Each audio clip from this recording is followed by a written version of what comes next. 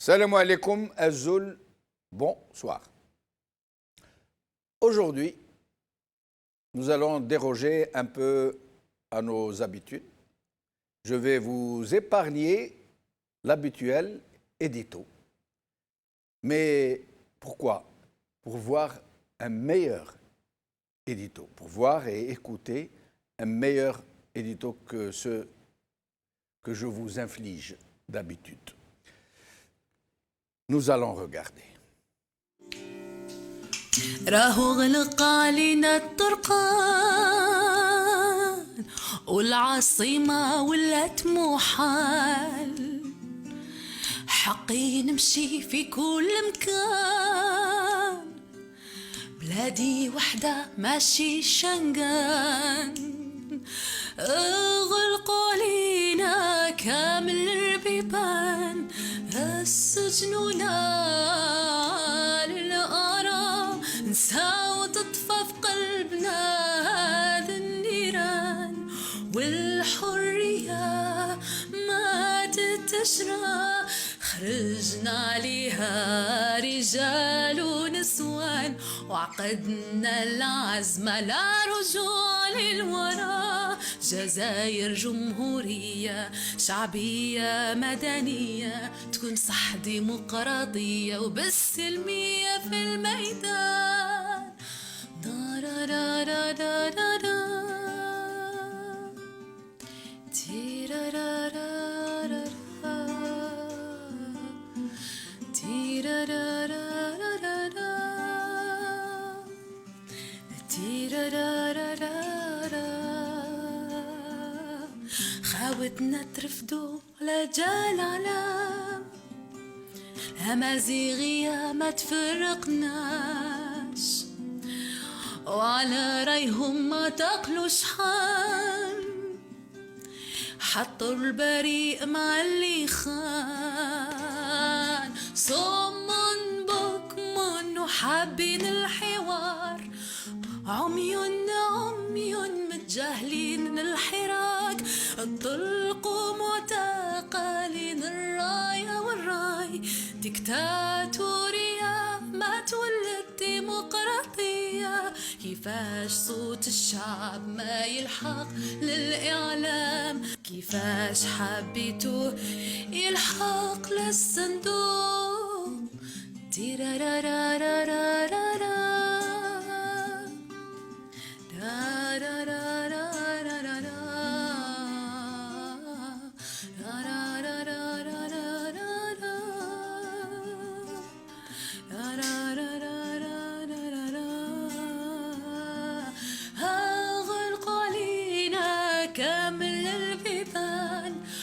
السجن نار للآراء نساو تطفى في قلبنا هذا النيران والحرية ما تتشرى خرجنا عليها رجال ونسوان وعقدنا العزم لا رجوع للوراء جزائر جمهورية شعبية مدنية وتكون ديمقراطية وبالسلمية في الميدان تيرارارارارارا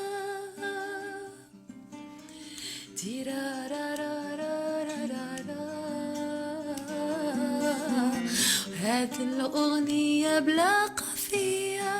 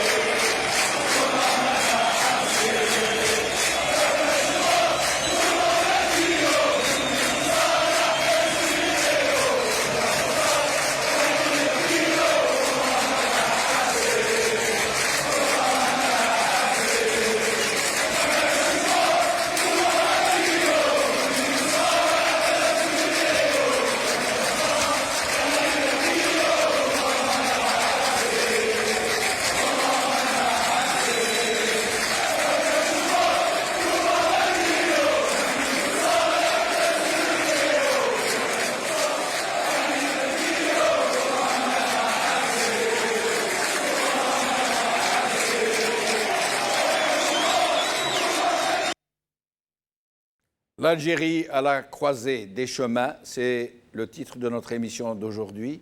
Merci à Amel Zen pour cette très belle chanson engagée. Merci à elle, merci aux guitaristes qui l'accompagnaient. Merci à tout le peuple algérien. Merci à ces jeunes qui sont en train de faire vibrer le pays tout entier, de faire revivre la nation, de faire revivre la patrie et de dire à ceux qui ont dévoyé notre sens même de la dignité que le peuple algérien a décidé de recouvrer l'ensemble de sa souveraineté sur son propre pays.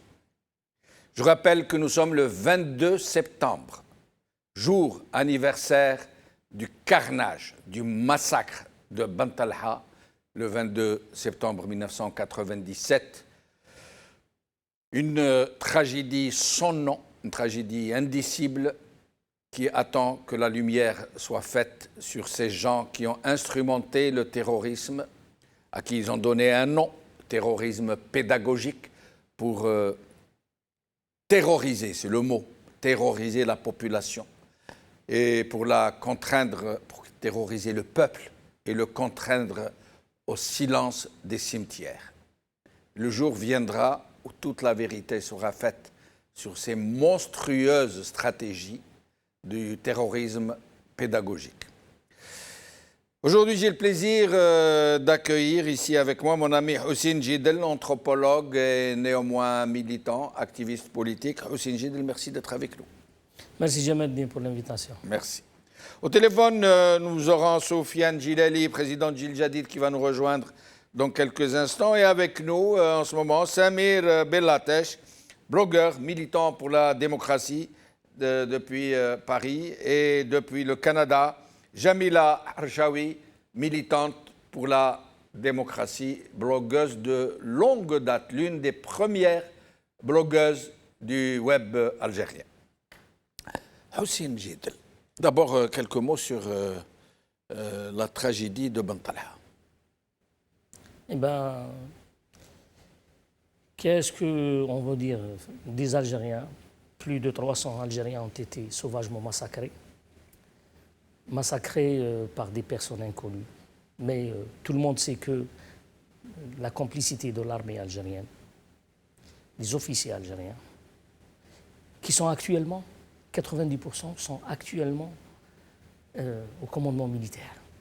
Ils sont toujours au commandement. Ils sont toujours. Et ce sont des gens qui, à l'époque, exécutaient les ordres du criminel Nazar et Toufiq. Ce sont eux qui composent actuellement le commandement militaire. Les 50 à 60 généraux qui dirigent l'Algérie vers le mur. Il faut que les Algériens sachent ça, que ces gens-là, ils ont tué avec leurs propres mains. Ils ont torturé les Algériens avec leurs propres mains. Ils ont fait disparaître les Algériens.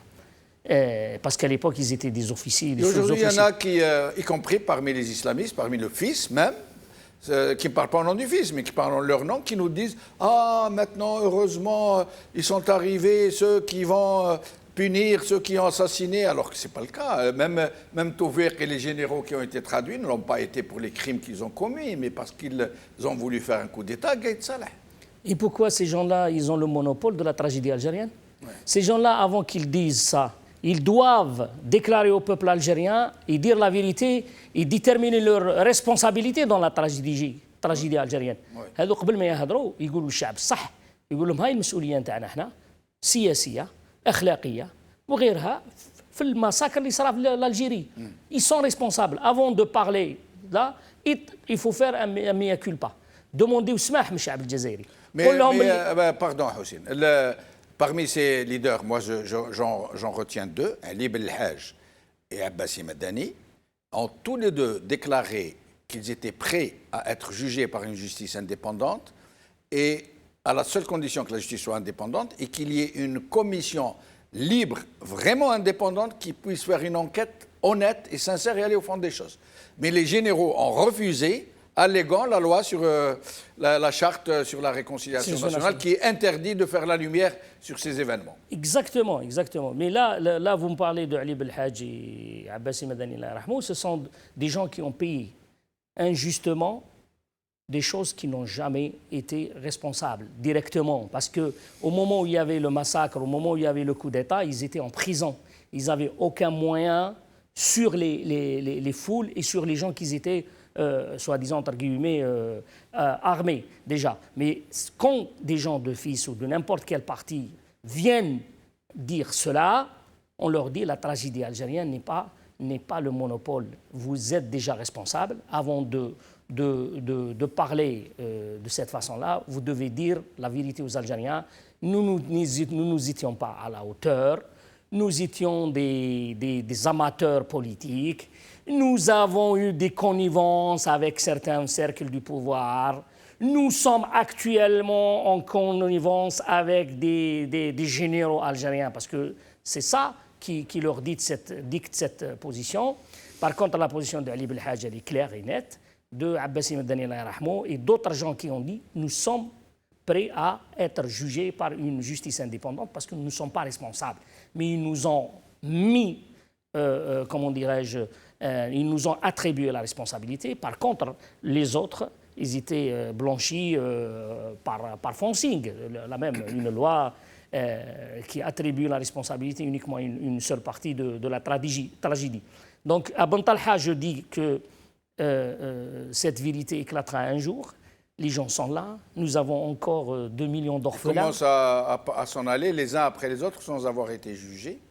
Et puis, est-ce que nous ne pouvons pas profiter du mouvement actuel de contestation pour exiger que cette loi scélérate sur l'auto-amnistie qui se sont offerts, la charte pour la réconciliation nationale, soit abrogée maintenant et que des enquêtes soient engagées maintenant pour faire toute la vérité par le peuple algérien, par les représentants du peuple qui désigneraient ces enquêteurs, ces commissions.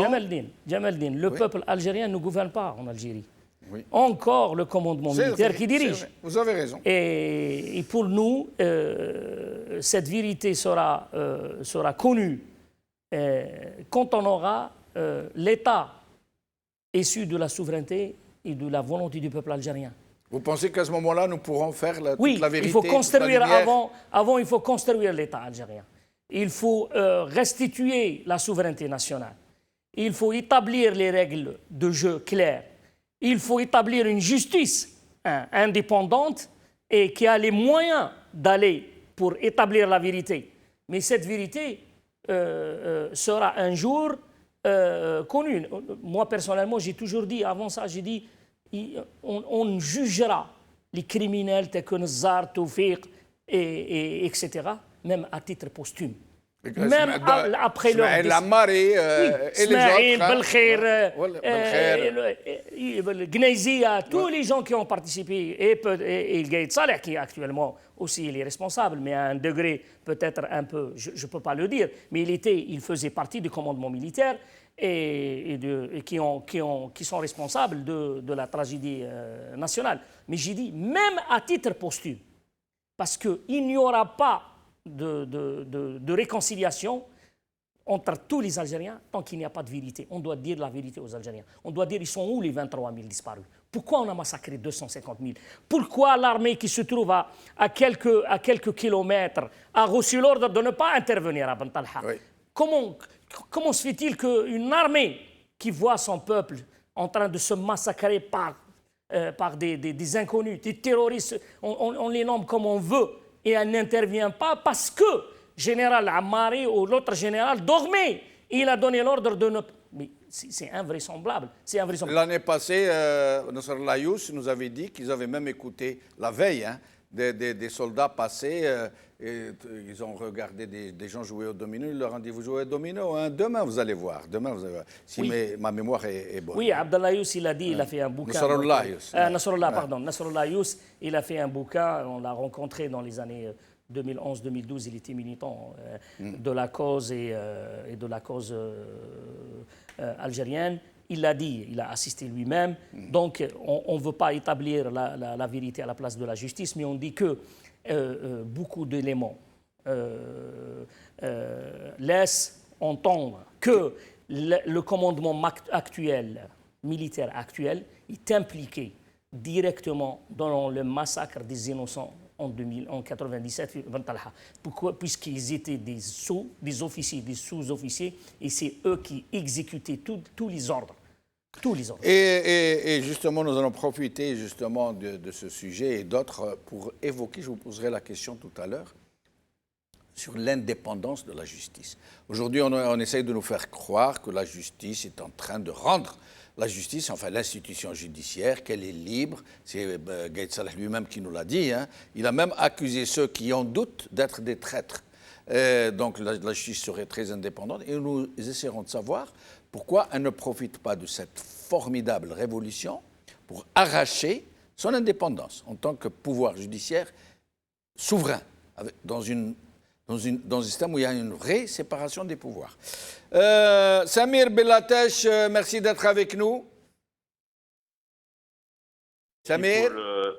Oui, salam alaikum. C'est moi qui vous remercie pour l'invitation. Merci Samir, atek saha. Alors d'abord sur la commémoration du massacre, du carnage de Ben Talha le 22 septembre 1997. Je pense que à chaque commémoration, c'est une sorte de... on revit un peu des moments très difficiles qu'on avait vécus dans le temps. On a été traumatisé en tant qu'Algériens par des événements très très méchants tels que les massacres qui se sont produits. À chaque fois qu'il y a l'anniversaire, on revit ça avec... c'est très difficile en fait. On a été traumatisé. Je pense qu'on n'a jamais soigné les plaies puisque la vérité n'a jamais été faite, la justice n'a jamais été rendue. Il y a eu des morts, il y a eu des disparus, des parents de disparus qui n'ont jamais revu leurs enfants, ils ne savent pas s'ils sont morts ou pas. Donc la tragédie des années 90, je pense qu'elle continue à peser. Et pour rebondir sur ce que vous disiez là sur le plateau, je pense que si le peuple algérien est en train de faire une révolution, je pense parmi les éléments de cette révolution, il y a justement cette partie-là qui concerne la justice. Je pense que si nous devons changer d'État, c'est-à-dire si nous devons changer les choses, revenir à une vraie république, à une vraie démocratie, à une légitimité populaire et tout, il y aura cette partie-là qui concerne la justice. Dans d'autres pays, on a appelé ça la justice transitionnelle qui nous permet de passer de la situation actuelle à une nouvelle où la justice elle devient indépendante, les juges ont leur pouvoir, sont protégés, etc. Je pense que l'Algérie ne fera pas l'économie de cette étape-là, à mon avis, même si, malheureusement, comme tout le monde le sait, on a affaire au régime algérien, au commandement militaire qui refuse toute transition. Eux, ce qu'ils veulent, c'est avoir un président qu'ils n'ont pas pu avoir avec Bouteflika, ils veulent l'avoir maintenant. Et c'est pas bon. Donc les années 90, ce n'est pas encore réglé. C'est une question d'abord politique, éminemment politique. Ensuite, c'est aussi une question de justice, juridique, etc. À un moment ou à un autre, on devra régler ce problème, en fait, à mon avis. Restez avec nous, Samir Bellateche. Jamila Harshawi, merci d'être avec nous. Nous n'allons pas vous garder longtemps. Vous nous avez demandé de vous libérer. Vous avez beaucoup d'occupations professionnelles et familiales. Merci en tout cas d'être avec nous, Jamila. C'est moi qui vous remercie. Salam alaikum, Azoul. Salam à tous vos invités et puis à tous vos téléspectateurs aussi, à vous. Merci. Alors, Jamila Harshawi, d'abord sur ces douloureux événements, cette tragédie du 22 septembre de Ben Talha. Tout d'abord, نترحم على اللي ماتوا et donc c'est vrai que c'est une tragédie, hein, c'est une plaie béante, surtout pour les parents justement de disparus, et il y a des traumatismes aussi à vie. Hein. Moi, j'ai connu des personnes, j'ai connu une personne par exemple proche qui était incapable, qui avait développé des phobies pendant très longtemps et jusqu'à présent elle est encore atteinte. Elle était incapable de sortir, c'est-à-dire de voir le monde, de rencontrer des gens, et c'est catastrophique, surtout quand on sait que cela s'est passé à 2 pas des casernes. Il y a à boire et à manger. Et puis, en plus, ils ont ramené Bouteflika, c'est clair qu'ils l'ont ramené pour qu'il passe l'éponge, justement, sur cette période. C'est ce qu'il a fait avec sa moralata al-Wataniya, qu'ils appellent Mosalha al-Wataniya. Et un peuple qui ne fait pas, justement, un travail de vérité sur des tragédies pareilles risque de connaître toujours le même sort. Et mais vous imaginez, Jamila Harshawi, que cette loi scélérate, alors d'abord, eux, ils se considèrent comme les agents honorables de l'État. C'est le terme, c'est le qualificatif qui existe dans cette charte, où il est dit qu'il est interdit de mener une quelconque enquête, serait-elle universitaire, serait-elle le fait d'un chercheur dans le cadre d'une recherche universitaire, qu'il est interdit d'inquiéter ces gens, de porter plainte contre eux, de faire des recherches sur leurs crimes, et qu'ils ont été jusqu'à proposer aux disparus, aux victimes, d'accepter de déclarer leurs parents comme étant décédés, en échange de quoi ils recevaient une indemnité financière. Ils ont acheté le silence des familles pour mettre ces victimes en perte et profit. C'est atroce, c'est plus que scélérat. Ah ben oui, vous savez, c'est plus qu'une insulte de devoir forcer des parents à vendre leurs enfants, leur honneur. Et puis, ils savent très bien que ce sont des crimes imprescriptibles. Ils le savent, en fait. C'est pour ça qu'actuellement, ils ne veulent pas céder le pouvoir. Parce que si demain, ils vont céder le pouvoir, nous allons découvrir des énormités. Nous allons découvrir qu'il y a des généraux qui ont demandé leur nationalité française. Il y a des gens qui peuvent le prouver. Il y a des gens qui sont témoins de certaines demandes. Ils ont sollicité l'État français pour la nationalité française, et ils sont impliqués dans les crimes qu'il y a eu, donc ils ont peur, c'est pour ça qu'ils veulent pas céder le pouvoir. Bon, il y a aussi la rente pétrolière, c'est sûr, et ils sont aux ordres par rapport aux puissances, et si demain il y a les archives aussi qui seront ouvertes, donc on va découvrir des choses incroyables sur la Révolution, sur tout ça, donc c'est ça qu'ils ont peur en fait, c'est comme dit le proverbe, ils ont peur de la vérité en fait, je le dis en substance, c'est comme les dents malades qui ont peur de l'eau froide. La vérité pour eux, c'est un peu comme l'eau froide, pour une dent malade. Donc ils traînent des casseroles et ils ont peur que les choses se sachent. D'ailleurs, il y a beaucoup qui ont écrit, il y a Souaïdia, il y a des témoignages des gens de l'armée qui ont vu des choses, qui ont raconté des choses, et donc ils sont impliqués dans cette sale guerre en fait. Alors, au sujet de la marche de vendredi passé, qui a réellement été un record, qui a battu les records déjà extraordinaires du 22 à Alger, du 22 février et du 8 mars 2019, une manifestation jamais espérée, jamais imaginée, qui a étonné le monde entier. Et donc beaucoup de gens pensent qu'elle a été une réponse à Gaïd Salah qui a voulu fermer Alger aux Algériens. Ah oui, c'est vraiment une réponse extraordinaire d'un peuple extraordinaire, une réponse cinglante. Donc, il a voulu, en fait, Gaïd Salah, il a ouvert l'espace aérien. Il a ouvert l'espace aérien. يعني فتح الأجواء l'ancien colonisateur aux avions de chasse français pour qu'ils violent l'espace aérien, violer l'Algérie, ça s'appelle. Et il ferme la capitale pour les Algériens, les enfants de l'Algérie. C'est terrible. يعني ما كاش إهانة، يعني ما كاش اللي هان المؤسسة العسكرية. Il n'y a pas quelqu'un qui insulte l'institution militaire comme le fait Gaïd Salah. C'est lui qui est en train d'insulter المؤسسة العسكرية. هل المؤسسة العسكرية يعني العسكر طاحوا من شجرة؟ هاد العسكر ما عندهمش مالين اللي راهم في لي مانيفيستاسيون، ما عندهمش خاوتهم، ما عندهمش يماهم، ما عندهمش باباهم، ما عندهمش العائلات اللي راهي يعني محقورة. عندنا كامل دي ميليتير في العسكر في لافامي، وعلى بالنا كيفاش راهم عايشين، وكاين ناس كاين دي ميليتير اللي اوبليجي يخدم هو ومرته اختارت تروح تخدم، يعني خدمات يعني تاع الاهانه باش تعاون راجلها، اي بورتون il a fait carrière في العسكر.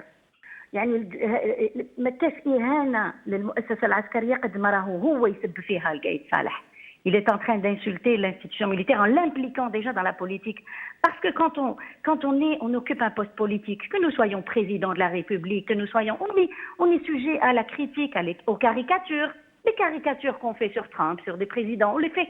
Donc c'est lui qui est en train de porter atteinte à l'institution militaire. C'est lui qui est en train d'insulter. Mais pourquoi, d'après vous, Jamila Harchaoui, pourquoi cette fuite en avant? Pourquoi ces mesures absolument incroyables? Parce que par exemple, quand il a convoqué le corps électoral en tenue de combat depuis une caserne, alors qu'il sait très bien que c'est une violation violente de la Constitution, pourquoi n'a-t-il pas fait faire le travail par son fantoche, son président qu'il a lui-même installé? Pourquoi toutes ces provocations? À quoi tout cela rime? Ben, ils ont perdu des cartes en fait. Ils ont perdu les cartes. Par exemple, la carte de division qu'ils avaient l'habitude d'utiliser en 2001, qu'ils ont utilisé pour massacrer des Kabyles, pour tout le travail de division qu'ils ont l'habitude d'utiliser. Cette carte, le peuple leur a arraché des mains. C'est la victoire du peuple. Et ça les met hors de... Ça les met hors. La junte le journal Le Monde, Jamila Harchaoui, excusez-moi de vous interrompre, je vous laisse poursuivre. Le journal Le Monde a titré un article qui est en train de faire beaucoup de bruit à l'échelle internationale, le coup de force de Gaïd Saleh, le coup de force du chef d'état-major algérien. Il considère que c'est un véritable coup d'État. D'ailleurs, le journal s'étonne que de telles outrances puissent avoir lieu dans un pays comme l'Algérie. Oui, tout à fait. Hein. Quand le ciel est bleu, on dit qu'il est bleu, on ne dit pas qu'il est rouge. Hein. C'est véritablement un coup de force. C'est vouloir encercler la capitale, comme je l'ai dit, de la ligne Maurice, on est passé à la ligne Gaïd. Et ça, c'est propre, on est colonisé, c'est pas possible ça. Comment couper les routes aux gens la capitale Tababer, Mazara'atao. C'est pas à lui, ça lui appartient pas. Là, ils sont en train de provoquer de la violence. C'est clair qu'ils veulent. Maintenant, ils n'ont pas pu diviser ce peuple. Ils veulent passer. Ils sont tellement en colère. C'est la panique. Donc, ils veulent susciter, donc provoquer de la violence. Ils ont arrêté des personnes très respectées. Et pourquoi ils veulent provoquer la violence, Jamila Harchaoui? Ben pour faire un état de siège, je veux dire militaire, pour imposer passer vraiment aux grandes, je veux dire mesures, hein, je veux dire militaires. Là, c'est de la terreur qu'on est en train de vivre. Quand on parle de terrorisme, le terrorisme, c'est pas seulement tuer ou c'est faire peur, c'est instaurer un climat de crainte, de peur, le fait d'arrêter des gens. Partout, ils sont en train de préparer leur cirque parce que ces personnalités peuvent très bien intervenir concernant les élections, invitées par Al-Magharibia, et ça les tue. Donc ils veulent vraiment taire la vérité, ils veulent faire passer leur clown sur certaines chaînes pour faire l'éloge de l'institution militaire, comme si que le Gaïd c'était à lui l'institution militaire, alors que l'institution هي مكسب تاع الشعب, مكسب تاع الثورة الجزائرية تاع الشعب, ماشي تاع إنسان تاع أشخاص راهم يشخصنوا في المؤسسة العسكرية. Et ça c'est très grave. Ils sont en train de provoquer avec le Waderhi ou ce qui s'est passé, نترحم على les jeunes qui sont morts. Ils veulent justement provoquer de la violence, la colère du peuple. Et sur les arrestations de militants, de leaders d'Irak, il y a plus de 150 incarcérations dans toutes les wilayats, sauf que c'est passé inaperçu à part les personnes qui sont très connues, dont ils n'ont pas pu cacher les arrestations. Oui, ça prouve qu'ils sont en train c'est la panique, on dirait qu'ils sont en train d'improviser. Mais ça rime à quoi d'arrêter ces gens-là? À quoi ça rime? Est-ce que ça va changer quelque chose? Ils ont essayé tous les moyens, mais ils voient bien qu'il y a du monde. Je veux dire, c'est des milliers de personnes partout, que ce soit au niveau de la capitale ou dans toutes les wilayas. Donc, il faut que Sha'b yisbar. Il faut vraiment de la persévérance, il faut de l'endurance et il faut le pacifisme surtout. Le pacifisme, c'est notre arme et il faut pas nfarto fiha, voilà. Et il faut être de plus en plus nombreux aussi parce qu'ils sont en train depuis le début, ils n'arrêtent pas de dire que ce sont juste quelques personnes et tout. On voit bien que ce sont toutes les rues d'Alger c'est un océan de monde qui est sorti Et je trouve ça extraordinaire, vraiment. Et puis, on voit des qualités humaines extraordinaires que vous ne voyez jamais dans le monde. Vous voyez des gens porter des aînés sur leur dos. Ces images me donnent la chair de poule. On ne les voit pas dans le monde, ces images-là. Des jeunes qui portent leurs aînés sur leurs épaules. Et ce pacifisme absolument fabuleux, magique. Tout à fait, tout à fait. Jamila Harchaoui, merci beaucoup. Nous vous libérons à votre demande. Merci en tout cas. Merci. Nous espérons vous revoir bientôt. Merci beaucoup. Merci, au revoir. D'abord, la justice. La justice dont M. Gaïd Salah, Ben Salah, tout le monde est en train de nous dire que c'est une justice indépendante, que c'est elle seule qui rend la justice. Comme par exemple la libération des détenus qui brandissaient le drapeau amazigh, qui ont été libérés partout, sauf au centre. Vous pensez qu'elle est vraiment indépendante, la justice? Mais personne ne croit ça. Elle est indépendante de la vérité, elle est indépendante du peuple. Elle est sous le contrôle étroit du commandement militaire. La justice algérienne n'a jamais été indépendante. Jamais. Non, mais là... Là, même maintenant, mais vous pensez, Jamel Din, que du jour au lendemain, le juge qui hier recevait les ordres par téléphone où il jugeait, il donnait les verdicts selon la cagnotte gagnée, il devient du jour au lendemain... La cagnotte gagnée, ça veut dire on le laisse bouffer de la corruption. Oui. En échange, lui, il obéit. Non, mais du jour au lendemain, il devient un militant de la cause, un véritable juge qui applique la loi, etc. Mais ce n'est pas possible. C'est impossible. C'est que le problème de la justice, ce n'est pas le problème de magistrat uniquement. C'est un problème d'un système. Même s'il y a un magistrat honnête, il ne pourra pas être honnête. Même s'il y a un magistrat honnête, d'accord. Même s'il y a un magistrat honnête. Il ne pourra pas établir la justice. Les Algériens savent que le corps de la magistrature est l'archétype même de la corruption. Oui. On le sait, de la soumission. Oui. Maintenant, qu'est-ce qui empêche les juges honnêtes dont vous venez de parler, parce qu'il y a dans ce corps quand même quelques juges honnêtes, même s'ils sont une minorité, qu'est-ce qui empêche ces juges de profiter de cette formidable énergie de la contestation populaire, du mouvement de contestation, de cette véritable révolution, pour arracher leur indépendance? C'est-à-dire qu'ils n'attendent pas que vienne le jour où on va leur offrir une séparation des pouvoirs. Qu'est-ce qui les empêche, ces juges, aujourd'hui, de se constituer en groupe d'indépendance de la justice et de libérer leur institution et de refuser ouvertement, publiquement, d'exécuter les ordres et de répondre aux injonctions des chefs de l'armée? Jamel Din, si on avait des juges comme ça, oui, on n'aura jamais eu cette situation. Avoir des juges comme ça, qui ont cette philosophie et qui sont militants, qui sont honnêtes, qui sont patriotes, ça relève du militantisme. Les juges sont formés dans la culture de la soumission, dans le clientélisme, dans le conformisme. Il faut avoir des juges militants. Malheureusement, on n'a pas de juges.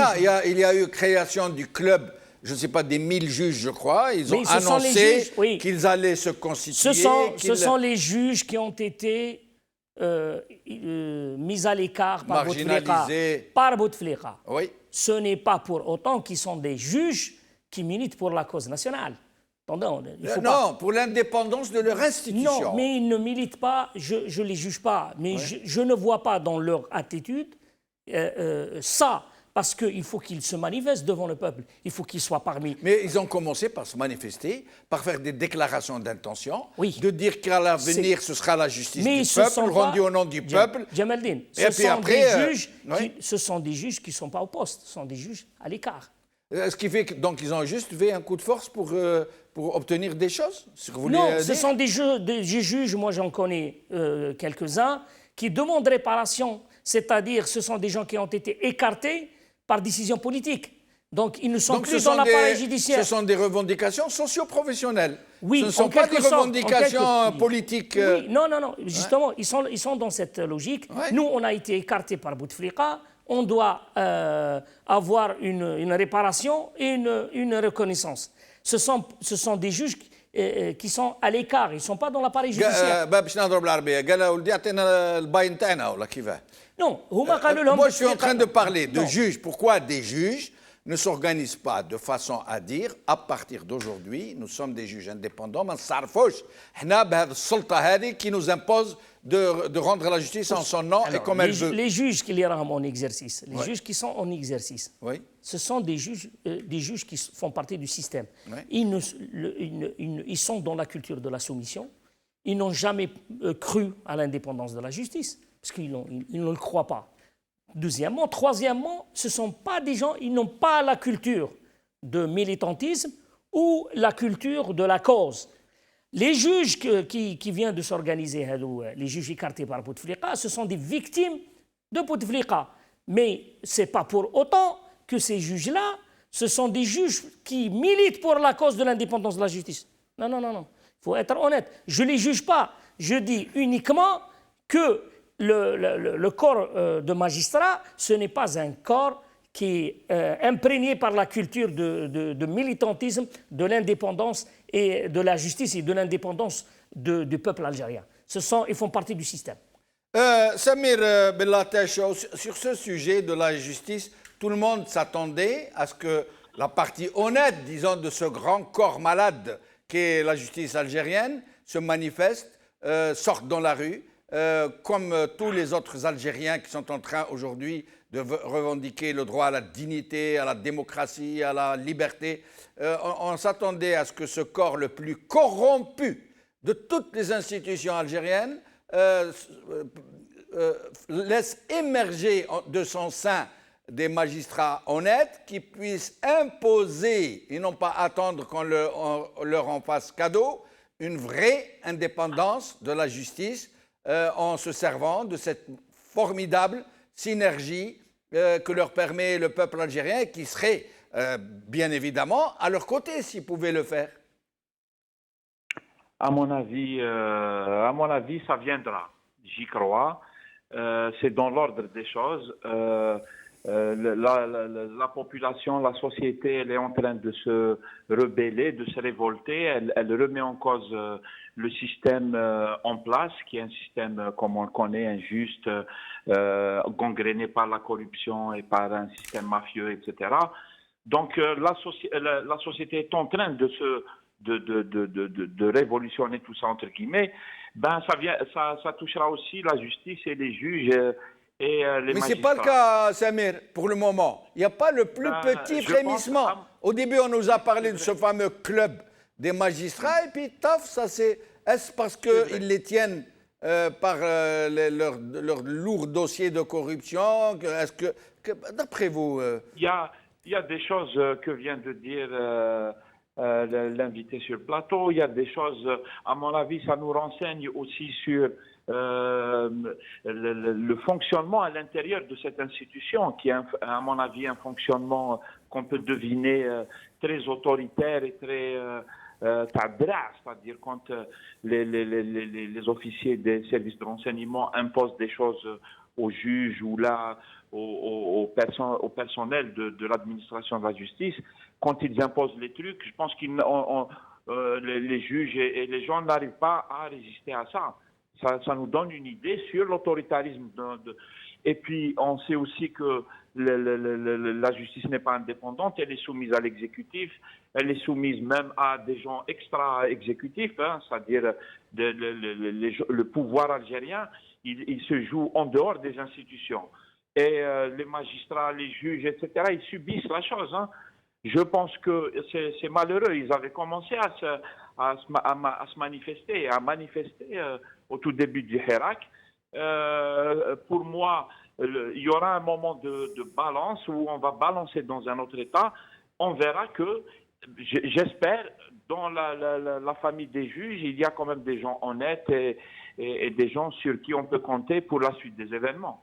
Restez avec nous, Samir Bellatesh. Sofiane Djilali vient de nous rejoindre. Sofiane Djilali, président de Jil Jadid. Merci d'avoir accepté notre invitation. Sofiane Djilali. C'est toujours avec plaisir, c'est Jamaldine. Mes salutations à vos invités et à tous les téléspectateurs d'Al Magharibiya. Merci beaucoup. Alors, avant d'aller sur ce sujet, nous allons vous donner plus de temps parce que vous venez de nous rejoindre. Avant d'aller donc à ces sujets d'élection, de candidature, des manifestations de vendredi passé, sur ce problème, ce grave problème de la justice qui est au centre de tout ce qui est en train de se passer et qui pourrait vraiment débloquer la situation si tant est que les magistrats décident de s'en sortir. Pourquoi, d'après vous, Soufiane Djilali, les magistrats qui ont devant eux une occasion inespérée, une chance historique d'imposer l'indépendance de la justice en se servant de l'énergie de la contestation populaire, pourquoi sont-ils tellement soumis, tellement silencieux? Pourquoi continuent-ils d'exécuter, parfois avec un zèle absolument remarquable, les instructions et les injonctions qui leur tombent des chefs militaires? D'après vous, Soufiane Djilali? Écoutez, pour paraphraser un certain auteur, je pense que la justice est trop importante pour la laisser entre les mains des magistrats. La justice, c'est la pierre angulaire d'un état de droit. Or, nous ne sommes pas dans un état de droit et celui-ci ne peut être construit que dans le cadre d'un bouleversement politique qui permette l'instauration de nouvelles règles, autant constitutionnelles qu'institutionnelles que politiques. Vous disiez tout à l'heure, j'entendais que c'est l'un des corps les plus corrompus. Très probablement, la corruption a atteint des sommets dans ce corps-là. Mais soyez-en sûrs que dans un régime comme le nôtre, les magistrats sont loin d'être le corps ou le seul corps à être corrompu. Vous pouvez aller faire un tour du côté des douanes ou du côté même de certains organes de sécurité, encore plus dans des entreprises publiques, etc. Donc c'est toute une architecture d'un État qui est à remettre en cause. Maintenant, les magistrats, ceux qui sont honnêtes, et il en existe, ne sont pas des militants par définition. Ils sont dans une carrière qui a ses normes, ses procédures. Et moi, je pencherais plutôt pour une certaine forme de, je dirais pas d'optimisme forcément, mais de compréhension de la situation telle que l'a décrite M. Bellatesh. Je pense qu'à un moment donné, ce corps-là, dans ses parties saines, comme dans beaucoup d'autres corps, on arrivera à un seuil où les uns après les autres, ces corps basculeront vers une demande de liberté et de justice. Donc, n'attendons pas à ce que les magistrats soient des leaders militants, révolutionnaires, mais ils s'aligneront dans le sillage d'une réorganisation d'un État si notre révolution du sourire réussit. Pourtant, le rêve est permis. Et si d'aventure, demain, des magistrats s'organisent, un club, comme ils ont dit, des 1000 magistrats, qui arrive et qui dit « Nous avons décidé de ne plus obéir aux injonctions du pouvoir militaire. Nous avons décidé de nous autosaisir, comme nous le permet la loi, pour convoquer nous-mêmes ceux dont nous estimons qu'ils ont failli ou qu'ils ont dérogé à la loi. » Imaginez un peu que ça puisse se passer, même si c'est un rêve fou, Soufiane Djilali, dans un tel contexte de révolution populaire. Ce n'est pas un rêve fou. Tout au contraire, mais je pense que le corps de la magistrature va être comme l'un des révélateurs ou comme un thermomètre pour révéler la véritable température à l'intérieur du pouvoir.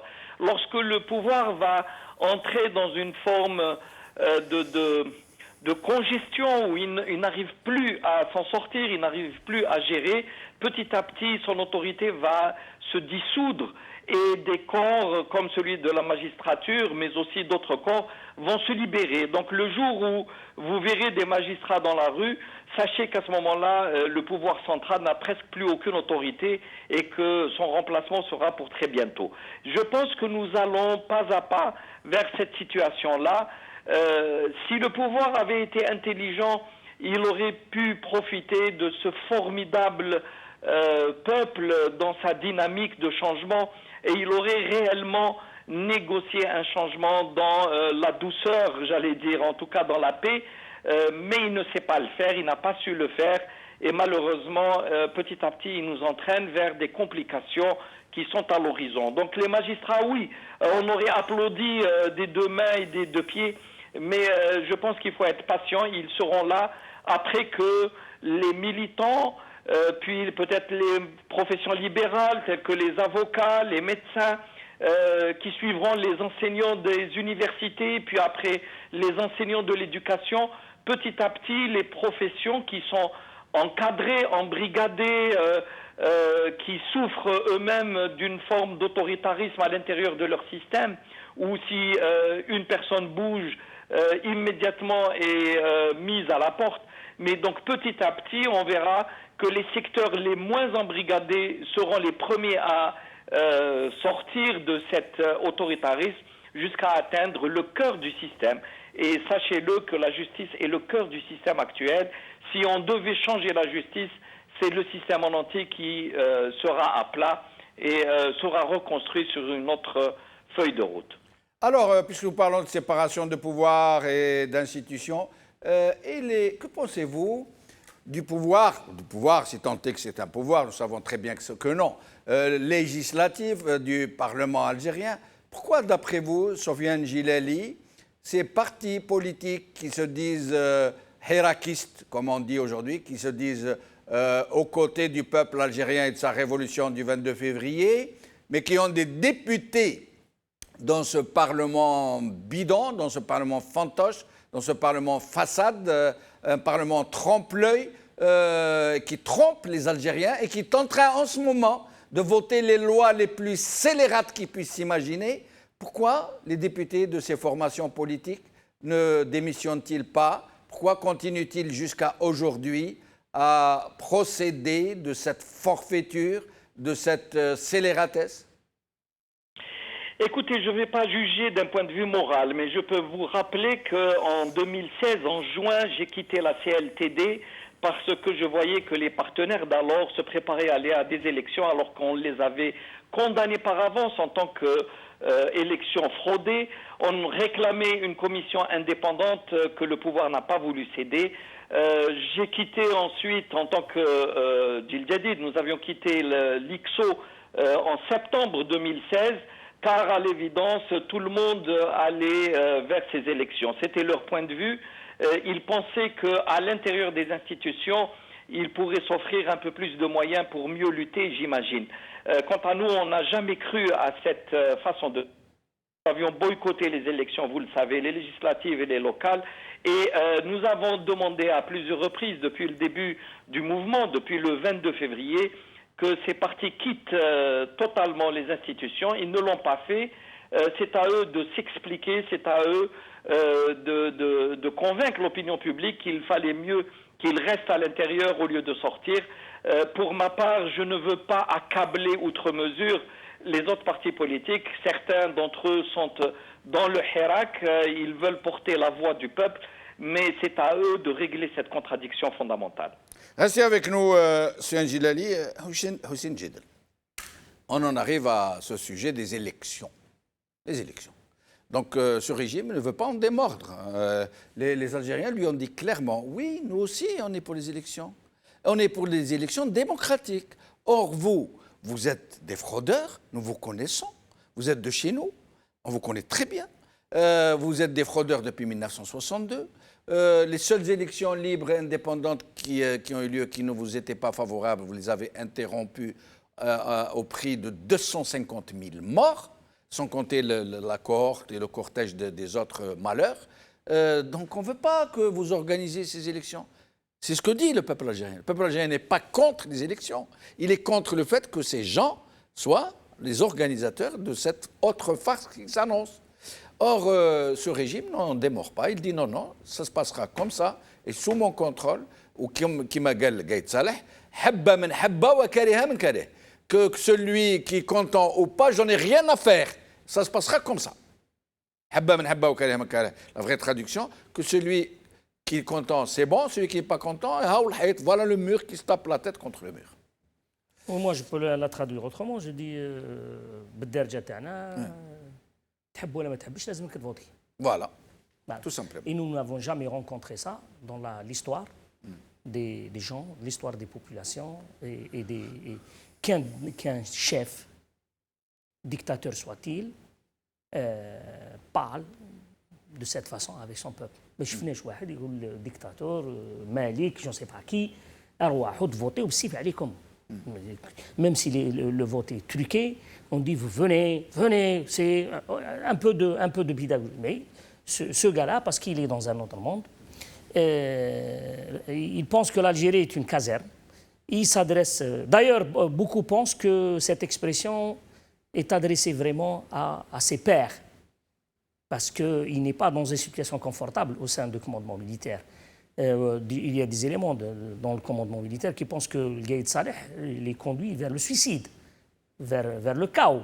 Ce n'est pas tenable. Et lui, il a proféré des trucs comme ça, il a pris des décisions juste pour prouver à ses pairs qu'il contrôle la situation. Et je pense que l'arrestation de Karim Tabo s'inscrit dans ce cadre-là. Regardez, moi je suis fort. Je vais interpeller un des symboles de l'Hirak et qui est de la région de la Kabylie. Encore plus. Vous dites que cette région elle est rebelle, etc. Je vais vous montrer. Et donc... Pardon, Borga. Pour Borga. Oui, Borga. Borga, pareil. Borga a dit ces gens-là veulent les élections parce qu'ils ont déjà un président tout prêt. Borga, c'est une affaire. Gaïd Saleh, il a fait de Borga une affaire personnelle. Pourquoi? Parce que, vu l'historité des deux personnes, Gaïd Saleh il est insignifiant par rapport à Borga. Et Borga, c'est un chef historique. Et quand il vient dévoiler le plan, d'ailleurs, il a parlé du candidat du régime. Nous, c'est pas pour se vanter, on a dévoilé ce candidat avant Borga et on a dit voilà, c'est Ali Benflis, le candidat du commandement militaire. Mais moi, je pense que ce commandement militaire est dangereux, comme il a dit Hamrouche, il est dangereux. Et c'est un danger pour l'Algérie. Et même pour l'institution militaire. Parce que le peuple, il a dit, on ne veut plus de vote. On ne refuse pas le vote. Le vote, c'est la fin d'un processus. Mais là, imposer le vote, les candidats, ce sont les candidats de l'Isaba, de Bouteflika. Hein? Le gouvernement qui va diriger l'opération, ce sont des Bouteflika. L'institution soi-disant indépendante, la commission indépendante, c'est de Bouteflika.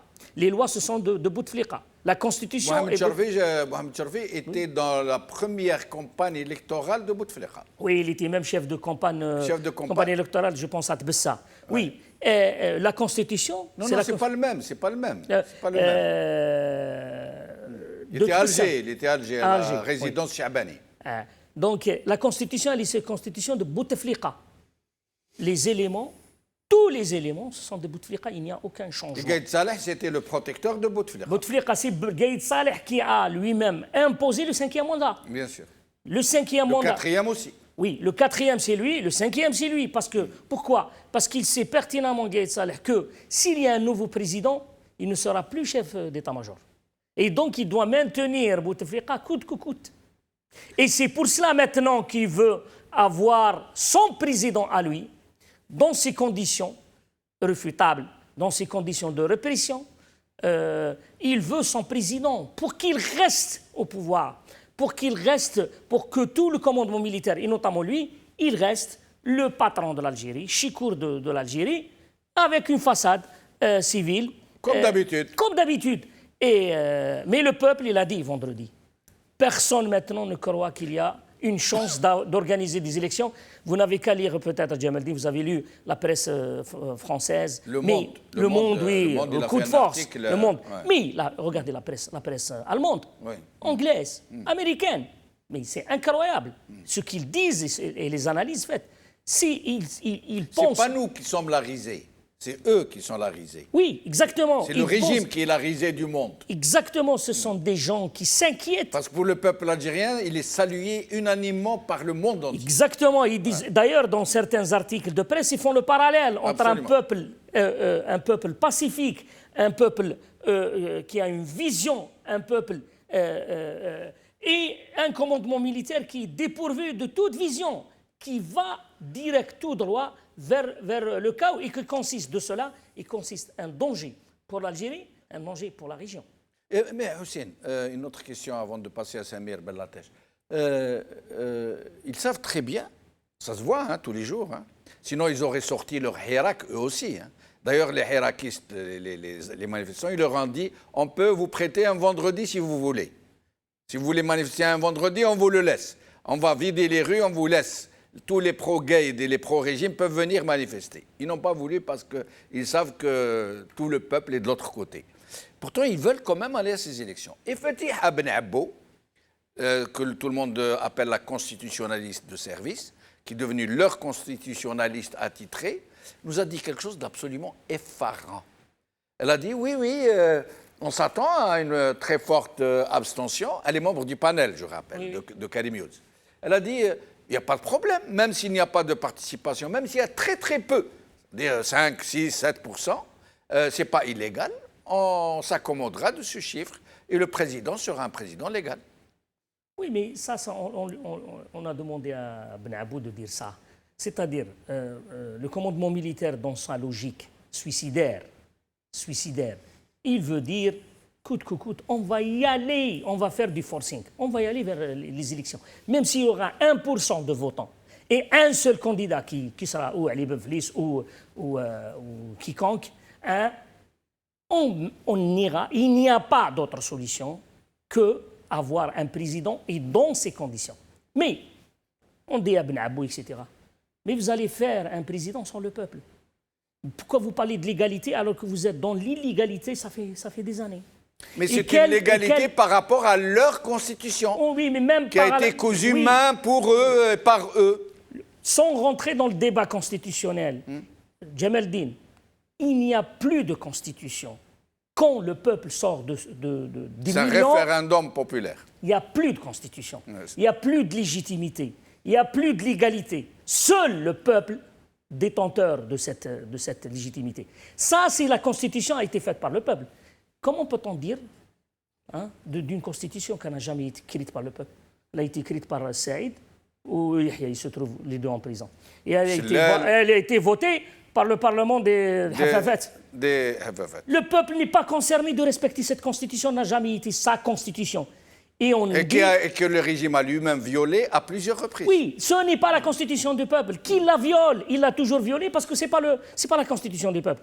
Ça, si c'était la constitution du peuple, et quand le peuple sort, il n'y a plus de constitution. Il n'y a plus de constitution. Donc celle-là, elle est en train de dire ce que le commandement militaire veut dire. Écoutez, vous voulez, on va y aller faire le... Et nous allons voir ces gens dont elle parle, Fatiha Ben Abou, il suffit que ces gens votent pour que le président soit légal. Nous allons voir quelques images des soutiens. Ils appellent ça les manifestations millionnaires, millionniyettes à Gaïd Saleh. Regardez ces gens qui soutiennent le régime.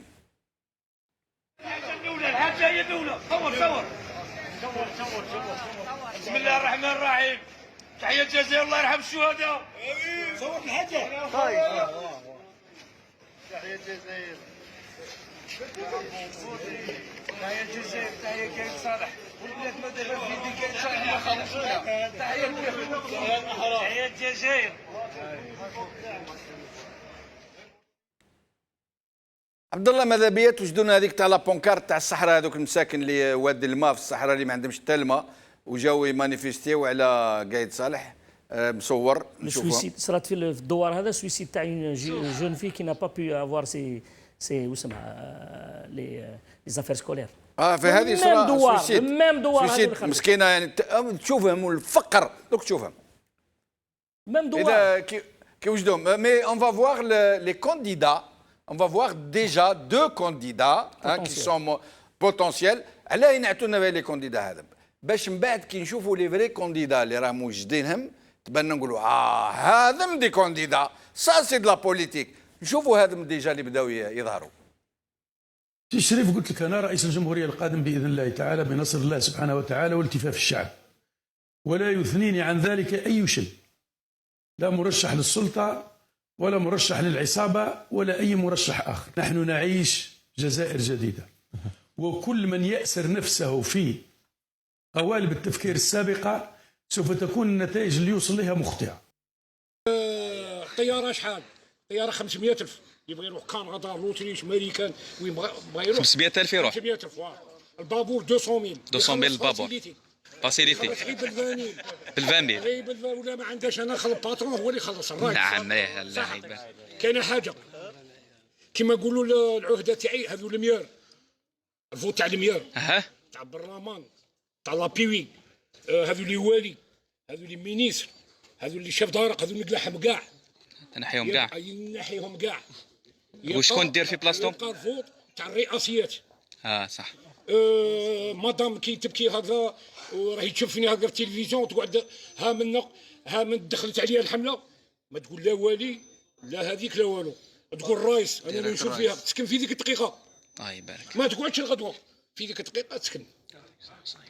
خاطر انا كي نخلف التصاوير هذو تاع اللي فوت عليهم دروك العربي بن مهيدي وحسيبه وهذو تاعنا وعلي لابوانت وهذيكم منا هذو يسمون هذو كيما الحزام ما خدموا والو. كيما البارتي افران شخدم بارتي كاين بصح مواليه ما كاش مواليه ماتوا كاين علي لابوانت بن مهيدي حسيبه هذو صاي ما بقاوش نحيه. لا ماشي نحيه يا وخذي كما يقولوا النساء تاعنا تاع جهتنا. لا نشوفوا ساعه حسين الصوره تاع هذا الناس على بالك انا قطعوا لي قلبي. C'est ça déchire le cœur comme on dit. C'est des gens pauvres, malheureux. Et regardez bien les banderoles qu'elles ont. C'est des banderoles qui coûtent 3 fois plus cher que leur propre je ne sais pas quoi. Ça coûte très très cher. Et regardez leur situation. Regardez. Regardez. دوار الماء. voilà. شعب دوار الماء بكل أطيافه يساند المؤسسة العسكرية والفريق أحمد قايد صالح. Regardez la situation dans laquelle ils sont. Regardez leurs pieds. ما عندوش ما طريق. ما عندوش ما ينروت. ما عندهمش وين. فوالا ما كانش الطريق كما تشوفوا الطريق ما كانش الطريق رملة. Et dans ce même village, à les frontières libyennes, une écolière s'est suicidée parce que ses parents n'ont pas pu lui acheter les articles scolaires. Samir Bellatash, au sujet de ces élections que le régime s'obstine à vouloir tenir malgré l'opposition très massive, quasi totale, j'allais dire, du peuple algérien, à votre avis? Le régime, il continue sa fuite en avant. Le peuple algérien continue visiblement à tenir mordicus à ses revendications, à sa volonté de changement, de véritable changement. Les Algériens ils veulent aller vers une véritable démocratie, une république qui se respecte et tout. Ça continue, le bras de fer continue. Les Algériens l'ont montré à chaque vendredi, encore plus le vendredi précédent. Maintenant, ils appellent à faire des grèves, c'est-à-dire une journée de grève et tout. Ça veut dire faire le Saïd. Et voilà ce qui se passe. Le régime en place, il continue, comme le disait Cheikh Houssine Djidel, ou là, comme vous le disiez tout à l'heure, il va faire des élections sans le peuple. Le régime est en panne, très sérieuse. Je pense qu'il n'y a rien... On le dit depuis des années, c'est-à-dire le régime il a atteint ses limites, il ne peut plus tenir, il est traversé par des contradictions qui sont mortelles pour lui, il est finissant en fait, et nous y sommes, voilà, il va continuer comme ça, il faut continuer à mon avis à appeler quand même à la sagesse et à la raison pour que la fuite en avant du régime n'aille pas dans la violence et dans les solutions de l'aventure et tout. Je pense que si le peuple algérien continue à manifester massivement et à faire le boycott de ce régime, en fait, le régime, il faut le boycotter, il faut l'accabler, il faut l'encercler, il va finir par lâcher. À mon avis, et les tenants du régime et ceux qui les soutiennent, de l'intérieur ou de l'extérieur, connaissent les solutions. C'est-à-dire c'est possible d'aller vers l'apaisement et donner dans un processus de transition, qu'on appelle de transition, mais on peut l'appeler comme on veut, hein, c'est pas un problème de nom. Mais ils savent c'est quoi les solutions, ils savent quoi faire. Le moment venu, ils sauront lâcher prise, laisser les gens faire leur chemin. Les Algériens, ils ne demandent qu'à vivre dignement. il le demande d'une manière très digne, très civilisée et calme, etc. Nous y viendrons, Inch'Allah. Moi, j'y crois dur comme fer. Les Algériens seront à la hauteur. Ils l'ont déjà été par le passé. Ils le seront quand ça sera nécessaire. Hein.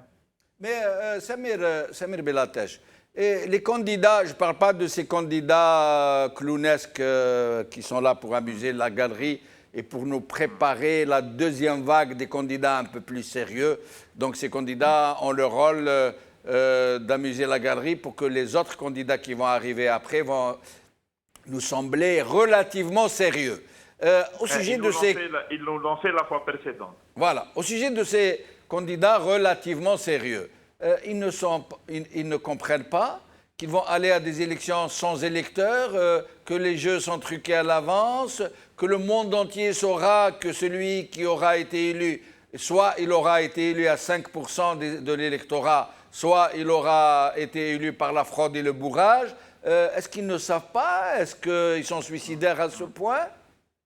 Non, je pense qu'ils sont partie prenante du régime, en fait. Ils l'ont toujours été. Là, on a les preuves comme ça, grandeur nature, hein, ça nous crève les yeux. Ces gens-là sont des parties prenantes plus ou moins directes, plus ou moins indirectes, qui l'ont été à un moment et qui le sont moins à un autre moment, etc. Mais c'est une partie du régime. Ça veut dire que nous assistons à ce qu'on appelait tout à l'heure la fuite en avant du régime, c'est-à-dire qu'il veut organiser un semblant d'élection absolument illégitime et non reconnu par la population, et il va le faire avec ses propres éléments. Le régime n'a absolument pas, pour l'instant, il ne donne pas de signe comme quoi il veut rendre le pouvoir au peuple, sa destinée au peuple. Il ne donne absolument pas ces signes. Ces candidats-là, qu'on appelle des candidats plus ou moins sérieux, en dehors des clowns, c'est juste une partie du régime. Hein. Je pense que c'est en train de... Les Makanch-Fahem, là, actuellement, il est en train de le voir en direct. Merci Samir Belatech, au plaisir de vous retrouver bientôt dans nos émissions. Merci beaucoup. Soufiane Djilali. Soufiane Djilali? Oui, je suis avec vous. Alors, vous avez déclaré très récemment que vous êtes pour l'annulation pure et simple de ces élections. Est-ce que vous pouvez nous expliquer un peu? Oui, absolument. Il faut inscrire les positions dans une trajectoire. Au moment où le président Bouteflika est parti, il y avait un grand débat. Fallait-il appliquer l'article 102 de la Constitution ou au contraire sortir de la Constitution? Je rappelle que j'avais milité pour qu'on ne considère plus cette Constitution. Elle n'était plus légitime aux yeux des Algériens qui avaient, je rappelle la formule utilisée à ce moment-là, qui avait fait un référendum à ciel ouvert. Il fallait prendre le taureau par les cornes, si j'ose l'expression, et ouvrir un véritable dialogue et s'entendre sur une solution consensuelle. Et de cette solution, nous étions partisans de revenir à l'élection présidentielle comme premier pas, mais avec des conditions. Malheureusement, le pouvoir qui a lancé l'idée d'un dialogue, et en réponse, certains, dont Djil Jadid, on avait réclamé des conditions et des mesures d'apaisement pour pouvoir entrer en dialogue. Cela avait créé polémique à ce moment-là, mais je vous avais dit dans votre émission, sur votre antenne, que s'il n'y avait pas de réponse positive sur les conditions exigées, donc la libération des jeunes qui portaient l'emblème, l'ouverture des médias, la levée en fait des restrictions sécuritaires sur la capitale et le changement du gouvernement bedoui, qu'il était clair qu'il n'y aura pas de dialogue sincère. Nous avons été jusqu'au bout sur ce chemin. Il est apparu évident que le pouvoir n'en voulait pas, à ce moment-là, à lui d'en tirer toutes les conclusions. Maintenant qu'ils veulent passer en force, par la force, et imposer une élection présidentielle, elle ne passera pas tout simplement. Elle va compliquer la situation. C'est une élection présidentielle sans électeurs. On ne peut pas imaginer sortir d'un conflit politique tel que nous le vivons et renouer la confiance, qui est un élément essentiel si on veut relancer le pays, en allant à l'encontre du désir de la population. Donc, à partir de cela, la conclusion a été simple. La convocation du corps électoral a été une erreur. Le faire dans ces conditions-là ne peut convenir à personne et il aurait été beaucoup plus efficace d'aller vers un véritable dialogue. Je pense qu'aujourd'hui, tous les partenaires qui eux-mêmes considéraient le dialogue inutile, qu'il s'agissait juste de crier plus fort pour que tout le monde s'en aille, on s'aperçoit que les choses sont beaucoup plus compliquées. Malheureusement, j'attirais l'attention qu'il fallait tout de même essayer d'écouter l'autre et de ne pas exclure systématiquement, sinon on allait aggraver le problème. Mais Sofiane Djilali, pardon de vous interrompre. Pourquoi parlez-vous de dialogue alors qu'en fait, ce qu'exige la rue aujourd'hui, ce sont des négociations, pas un dialogue. Il n'est plus question de papoter entre nous, il est question de dialoguer avec le principal détenteur illégitime du pouvoir, qui est l'état-major de l'armée, le peuple veut qu'il s'assoie d'un côté de la table et que des représentants du peuple s'assoient de l'autre côté de la table pour négocier, non pas pour dialoguer, pour négocier son départ et la mise en place d'un système de transition qui puisse permettre d'organiser des élections présidentielles, législatives, constituantes, etc. Donc quand vous parlez de dialogue, ça ne vous paraît pas une proposition cosmétique ? Écoutez, je l'avais expliqué dans votre émission à plusieurs reprises. Bien sûr que j'entends négociation. Il est clair qu'à partir du moment où il y a eu cet aller-retour, où au début, le chef d'état-major avait dit que chacun devait faire une concession, que c'était évidemment une négociation, mais maintenant c'était le terme un petit peu usité, mais je l'avais déjà expliqué. Oui, j'entends bien que c'est une négociation dont il s'agit. C'est le destin d'un pays. Maintenant, ce n'est pas une histoire de prendre un thé et de discuter sur je ne sais quoi. Bien sûr, il s'agit d'une négociation en bonne et due forme. Je vous rappelle aussi, M. Benchenouf, que avant le départ de Bouteflika, bien avant, lorsque on commençait à faire des manifestations, j'en avais appelé à ce que il y ait une communication directe avec l'armée. Combien de gens avaient crié que c'était un scandale qu'un démocrate ait appelé à l'armée à discuter. Et là, il faut travailler avec le réel. Le réel, on l'a dit 1000 fois, l'État algérien a dans son cœur, dans le fonctionnement, c'est l'institution militaire. Le reste, c'est une apparence. Plus ou moins importante du temps de Bouteflika, là aussi on peut épiloguer sur le changement des équilibres des pouvoirs, etc. Mais aujourd'hui, il est évident que seule l'armée pouvait entraîner un changement. Mais ce changement doit aboutir à la construction d'un état de droit et non pas au renouvellement du système. Sofiane Djilali, nous arrivons à la fin de l'émission. En 2 mots, si vous pouviez nous dire en 2 mots, qu'est-ce que vous proposez de vraiment concret qui puisse aller vers une vraie solution? Écoutez, j'avais proposé multiples feuilles de route, parmi laquelle d'abord unifier les rangs de l'opposition sur un projet viable et raisonnable. Maintenant, qu'est-ce qui va se passer dans les semaines à venir? Il y a 2 scénarios possibles. Soit le passage en force et on aura un président très affaibli avec une légitimité à peine balbutiante, et à ce moment-là, il serait obligé de revenir vers des négociations, puisque c'est le terme que vous voulez. Ou alors, deuxième scénario, c'est que la machine se grippe en cours de route, que l'élection tombe.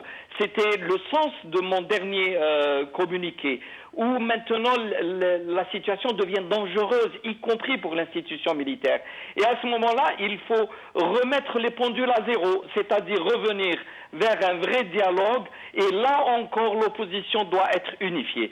Donc c'est pour ça que moi je ne souhaite pas qu'on rentre dans des polémiques sans fin entre les partis de l'opposition, y compris ceux qui sont toujours au Parlement. Parce qu'au final, si on doit faire le décompte, il ne restera pas grand monde. Et or, Merci. l'Algérie a besoin d'une société politique. Donc il faut faire appel à la société civile et aux différents partis politiques, s'entendre sur une feuille de route raisonnable et ensuite essayer de la négocier avec le pouvoir, quel qu'il soit, l'actuel, le futur président, ou même s'il y a un retournement de situation, à ce moment-là, il y aurait des changements forcément à la tête du pouvoir. Merci, Souyan Djilali, au plaisir de vous revoir. Merci à vous. Merci. Alors, Houssine Djedel, il nous reste très peu de temps. Je demanderai de répondre assez rapidement. Qu'est-ce que c'est que cette histoire de Makri avec sa proposition de candidat du consensus? Et Makri, il est dans son rôle. Makri, c'est le valet du régime. Hams, ça a été toujours... Madame Madabia, je préfère éviter ce genre de qualificatif. Non, écoutez, disons un allié du régime. Non. Depuis que les années 90, ils sont dans le même rôle. N'oubliez pas que Makri, il était pour le prolongement du 4e mandat. Il était pour le 5e mandat. Il était pour les élections. Je ne pense pas qu'il était pour le 5e, non? Ah ben si. Ah bon? Si. Parce qu'il a dit, moi je me prépare, et si les élections sont là, libres, c'est nous qui vont gagner. Il s'est préparé comme il s'est préparé. Il a plutôt dit, nous sommes d'accord avec tout, quiconque vous proposez, à condition que ce ne soit pas le 5e mandat. Non. Il a fait beaucoup de déclarations, il changeait d'une semaine à une autre ses positions. Mais c'est quoi cette histoire de consensus? Alors que tout le monde est en train de dire non, on ne va pas aller aux élections. Lui, il propose Ben Betour comme candidat du consensus pour aller aux élections. Oui. C'est quoi ça? Oui, mais ça c'est n'importe quoi, ça c'est de la manipulation. Ben Betour, premièrement, Ben Betour, il a refusé cette... il a refusé. Il a catégoriquement refusé. Donc, Makri, quand il propose ça, donc, il fait exprès qu'il ne connaît pas les positions de Ben Betour. Ben Betour, depuis le Harak, il était clair. Ben Betour a toujours eu une attitude absolument admirable. Oui, il a une position qu'on doit respecter et saluer. Ouais. Et Makri, qui est candidat, comme Benflis, il a annoncé sa candidature, Makri. C'est pas vrai. Ah ben oui, il a annoncé sa candidature. Vous êtes sûr? Ben oui. Elle sera entérinée par leur truc de Shura. Makri a annoncé sa candidature. Il va être candidat parce qu'on lui a dit ou vous allez rentrer dans le jeu, ou vous allez en prison. Donc, tout le monde sont sous pression. Je vous laisse la responsabilité de ce que vous dites. Non, je suis responsable de ce que je dis. Ils vont y aller, ils n'ont pas d'autre choix. Ils étaient toujours serviteurs du régime. Et la preuve, l'autre gars de Hams, qui Bengrina, c'est lui qu'on a vu tout à l'heure, l'ex-ministre, qui a dit c'est moi qui sera le président. Il a dit il n'y a aucun doute là-dessus. Exactement. Donc, Makri, pour moi, Makri, c'est il a le mérite, il faut qu'on lui dise, il a la façon de changer rapidement de position, sans scrupule. Il a aussi le mérite de refléter ce que le régime veut. Parce que dès qu'il entend le son dans la caserne, le premier qui nous transmet ce son, c'est Makri. Alors, très vite, qu'est-ce qu'il faut faire? Quelle va être la suite des événements? Il n'y a pas de solution, Djamaldine, c'est le peuple. Le peuple a décidé qu'il n'y aura pas de vote, donc il n'y aura pas de vote. Maintenant, le commandement militaire, il a deux choix. Ou il va être un peu sage et entendre les millions d'Algériens et aller vers une négociation, ou il va faire de forcing, et là, il prend entièrement la responsabilité de la situation, et surtout, il joue le tapis, le commandement militaire. Quand il va échouer, tout ce commandement militaire ira en prison. Et ça, il faut qu'il soit conscient de ça. Le peuple a décidé. S'ils n'entendent pas ce que le peuple il a dit que vous êtes des colonialisateurs. Vous devez tous partir en poubelle. Les généraux à la poubelle,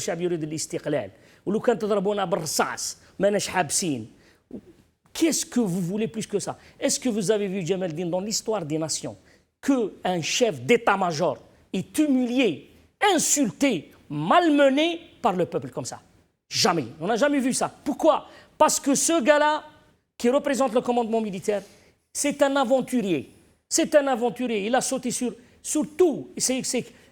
Il n'entend rien. Il ne voit rien. Peut-être parce qu'il n'a pas le choix, il a peur de partir, parce qu'ils sont en train de se dire, si nous partons, nous allons laisser les secrets sortir, on ne sera plus là pour les garder, et si nos secrets sortent, on est mort.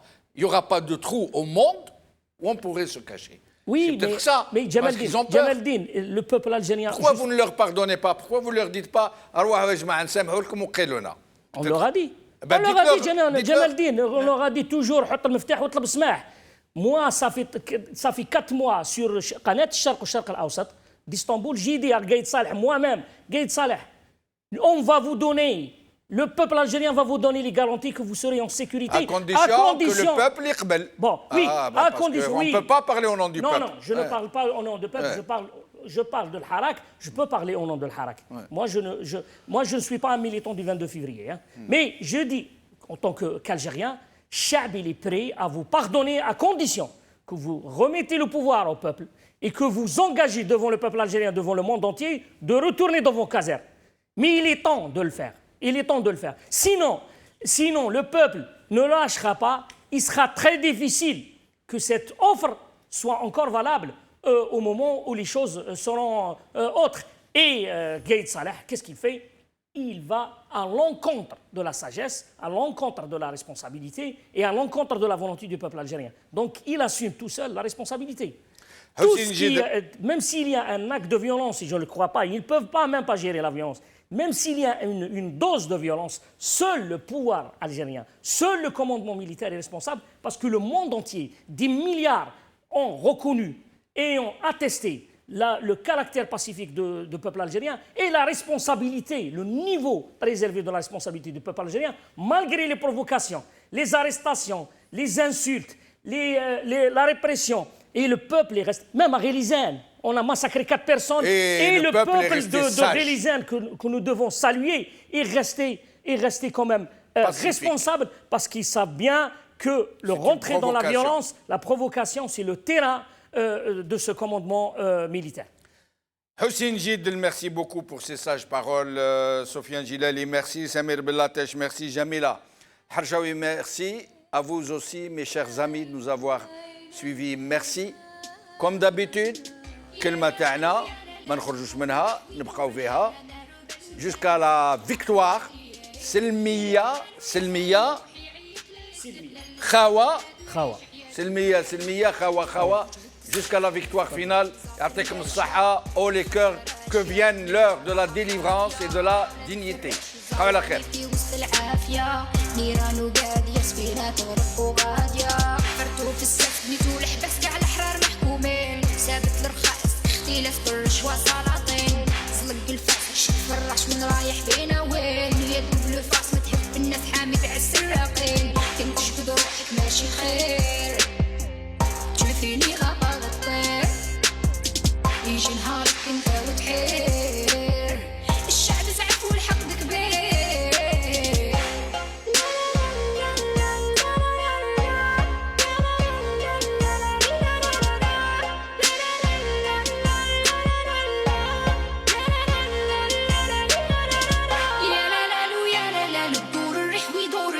نار وبال وانت تبل عقلك وبالي يا لا لا لو يا لا لا المحي يعيط للاستقلال البلاد بلاد ويعيش حياته فيها يسال يا لا لا لو يا لا لا تدور الريح ويدور الحال نار وبال وانت تبل عقلك وبالي يا لا لا لو يا لا لا المحي يعيط للاستقلال البلاد بلاد ويعيش حياته فيها يسال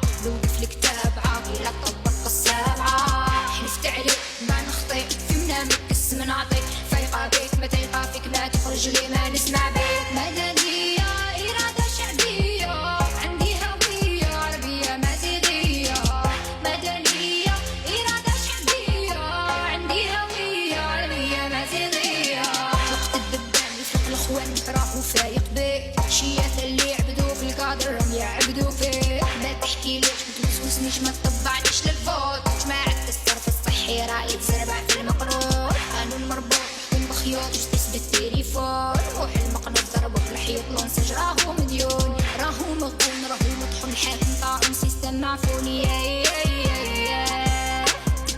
حياة وربون دار بعفين غارق في ديون ديستا مرهون